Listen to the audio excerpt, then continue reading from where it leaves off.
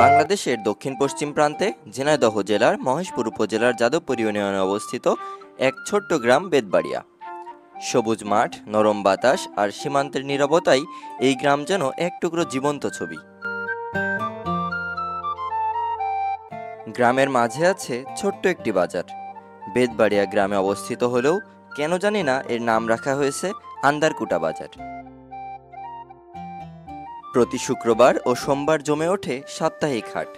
গ্রামের চাষিরা মাঠে ফলানো শাকসবজি আর নিত্যপণ্য নিয়ে আসে বাজারে বিক্রির জন্য। হাসি, দরদাম আর মানুষের মেলবন্ধনে এই বাজার হয়ে ওঠে গ্রামের প্রাণকেন্দ্র।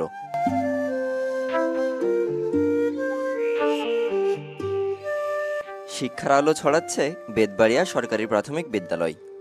এখানে গ্রামের শিশুরা প্রথম স্বপ্ন দেখতে শেখে। বিদ্যালয়ের প্রধান শিক্ষক জনাব আমজাদ হোসেন, যিনি নিষ্ঠা ও আন্তরিকতায় গড়ে তুলছেন গ্রামের আগামীর ভবিষ্যৎ। বিকেলের দিকে মানুষ জড়ো হয় গ্রামের দক্ষিণ পূর্ব কোণের হবির মোড়ে। খোলা মাঠের হাওয়া, সীমান্তের দৃশ্য আর সূর্যাস্তের আলো সব মিলিয়ে সৃষ্টি হয় এক শান্ত বিকেলের। মানুষ আসে গল্প করতে, হাসতে আর একটু মুক্ত বাতাস নিতে। গ্রামের সবুজ মাঠ প্রমাণ করে এই গ্রামের অর্থনীতি কৃষিভিত্তিক। কৃষকের হাসিতেই যেন হেসে ওঠে এই গ্রাম। প্রধানত ধান চাষ করেই তারা গড়ে তুলেছে জীবনের ভিত্তি। মাটির গন্ধ, ফসলের রং আর পরিশ্রমের ঘামে গড়ে উঠেছে এই গ্রামীণ সমাজ।